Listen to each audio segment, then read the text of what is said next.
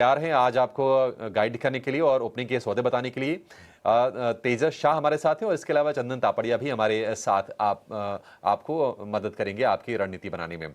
शुरुआत चंदन जी आपसे करना चाहेंगे, बताइए क्या स्पॉट किया है आपने ओपनिंग ट्रेड के लिए? देखिए बाजार में आज रिकवरी होना चाहिए था, तब जाके स्टेबिलिटी बनती। बट आज 23,333 के लेवल को यदि नहीं होल्ड करता है तो फिर कंसर्न रहेंगे। आज के लिए काफी इंपॉर्टेंट है 23,333 के जोन को होल्ड करके यानी कि 23,400 444 के जोन को सरपास करे, तभी बुल्स अपने आप को होल्ड करते हुए नजर आएंगे। तो काफी सिलेक्टिव रहना पड़ेगा इस कंडीशन में कि फॉलो थ्रू नहीं आ रहा है और लगातार 4 दिन हो गए जहाँ पे आपका लो राइज लोअर लोस बन रहा है। कंजम्पशन पे फोकस करेंगे क्योंकि ये जो बजट था उस पे पूरा फोकस कैपेक्स टू कंजम्पशन हो गया। तो कहीं न कहीं उसी थीम पे ध्यान रखना पड़ेगा और मैं इसलिए टाटा कंज्यूमर पे डिस्कस करना चाहता हूँ। शायद ये काउंटर डिस्कस हो चुका है ऑलरेडी, बट इस मार्केट में काफ़ी सिलेक्टिव नीम है आपके पास में। तो टाटा कंज्यूमर को ही शुरुआती ट्रेड में खरीदारी की सलाह होगी। 1010 का सपोर्ट है, 1070 तक के टारगेट बनने चाहिए। ठीक है, 1010 का सपोर्ट, 1070 रुपए के टारगेट होंगे टाटा कंज्यूमर के लिए। तेजस आप बताइए, क्या तेजी का सौदा आपको कोई मिला है या फिर कोई शॉर्ट की सलाह होगी आपकी तरफ से? देखिए अभिषेक जी, बाजार जो है एक सपोर्ट के करीबन ट्रेड कर रहा है, तो मेरे हिसाब से थोड़ा रिस्क रिवॉर्ड फेवरेबल है। थोड़ा नेगेटिव पेसिमिज्म सेंटीमेंट है, बट क्योंकि जब तक सपोर्ट ब्रीच नहीं होता है मुझे कोई बड़ा पैनिक नहीं लग रहा है। जब तक सपोर्ट होल्ड कर रहा है थोड़ा ऑप्टिमिस्टिक रहना जरूरी है। तो मेरा जो पिक है वो है ऑटो सेक्टर से मारुति लिमिटेड। ये स्टॉक ने रिसेंटली एक ब्रेकआउट दिया था। ब्रेकआउट देने के बाद पिछले 5-6 सत्र से स्टॉक एक साइडवेज कंसोलिडेशन में ट्रेड कर रहा है, होल इन फैक्ट का पैटर्न बना रहा है। तो मेरे हिसाब से मारुति में आज थोड़ी अच्छी खासी स्ट्रेंथ भी दिखाई है निचले स्तरों से। और in spite of the market being negative, stock थोड़ा पॉजिटिव है और स्ट्रेंथ दिखा रहा है और 10 दिन की मूविंग एवरेज के ऊपर ट्रेड कर रहा है। तो थोड़ा एक पोजिशनल व्यू लेके मारुति में करंट भाव पे डिप में खरीदारी कर सकते हैं। इसमें आपको स्टॉप लॉस लगाना है 12,600 का और इसका लक्ष्य रहेगा 13,450 से लेके 13,500 के करीबन। 500 के आसपास तक के टारगेट हो जाएंगे मारुति सुजुकी के लिए। आधे % के आसपास की गेंस पर आज ही कारोबार कर रहा है। तो अपने एक्सपर्ट्स की तरफ से ये 2 शेयर आपके लिए जरूर हो गए।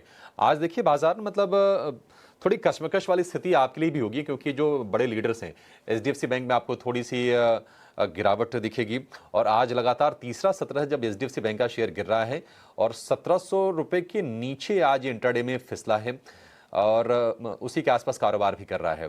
रिलायंस में हल्की सी तेजी है और फिर से टिल्ट साफ दिख रहा है बाजार में डिफेंसिव्स की तरफ। आप देखिए आईटी में एचसीएल टेक हो गया, इन्फोसिस, ये कुछ शेयर आपको ऊपर दिखेंगे। और कंजम्पशन की बात करें तो आईटीसी हो गया, इसके अलावा टाटा कंज्यूमर हो गया, यहां पर आधे % के आसपास के गेंस पर ये शेयर कारोबार कर रहे हैं। ग्रासी में 2% के आसपास की तेजी आई है, इसके नंबर्स आए थे और उसके बाद हम इसमें मोमेंटम बिल्ड होते हुए देख रहे हैं।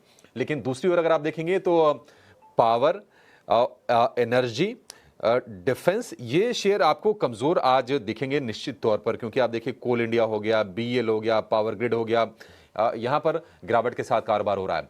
लेकिन मिड कैप और स्मॉल कैप में ज्यादा बड़ी दिक्कत है, क्योंकि 1% नीचे मिड कैप का इंडेक्स है और स्मॉल कैप इंडेक्स की बात करें तो वहां पर 1.5% के आसपास से गिरावट है। और इसके चलते हम देख रहे हैं कि एडवांस डिक्लाइन रेशियो जहां पर शुरुआत हुई थी बाजार की, वो थोड़ा सा और डिटेरियोरेट होता हुआ दिख रहा है। करीब 450 शेयर इस वक्त गिरावट वाले हैं और तेजी वाले हैं और गिरावट वाले शेयरों की संख्या है करीब 1900 के आसपास है।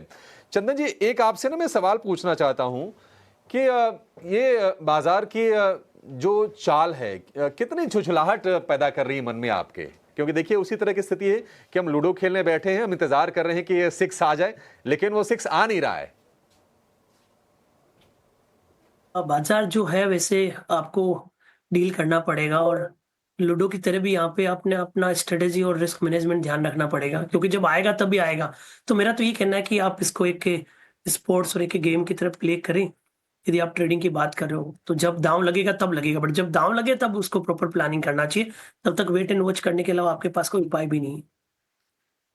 का इनफैक्ट चंदन, आपने वेट एंड वॉच के अलावा और कोई रास्ता फिलहाल तो नहीं, लेकिन सही समय आने का इंतजार जरूर करना होगा। और टेक्सटाइल मार्केट का खराब ही होता जा रहा है हर दिन। अगर आप देखें इसी तरह की कमजोरी के साइंस और कोई भी खबर या कोई भी अपडेट इस वक्त मार्केट को संभाल नहीं पा रहे हैं। इनफैक्ट गिरावट इतनी ज़्यादा गहरा चुकी है कि अब बूस्ट कहीं से नहीं मिल रहा है। अगर क्रेडिट पॉलिसी की बात करें, एज एक्सपेक्टेड अनएक्सपेक्टेड लाइंस उसका ऐलान होता हुआ दिखा।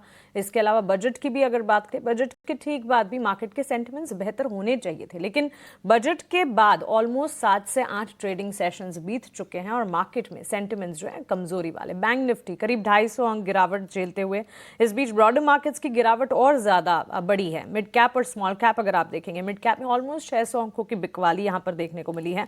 ओवरऑल वीक ओपनिंग है। कल के सेशन या प्रीवियस रेंज को इंटैक्ट रखा जरूर है मार्केट ने, लेकिन 5वां लगातार ट्रेडिंग सेशन है, जबकि आप देख रहे हैं गिरावट जो है ये हावी होती हुई।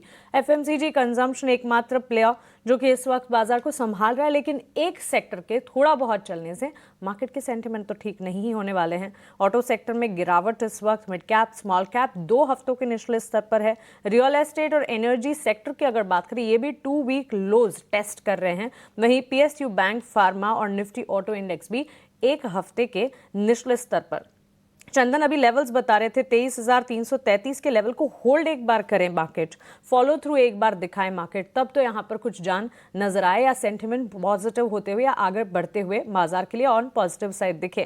केपिक्स टू कंजम्पशन की थीम है चंदन, जिस पर आपने बात कही, एंड वेल वही एक थीम है जो कि इस वक्त प्ले आउट करती हुई नजर आ रही है। और इसके अलावा चुनिंदा नतीजे और नतीजों का एक इम्पैक्ट है जो कि स्टॉक प्राइसेस में रिफ्लेक्ट होता हुआ।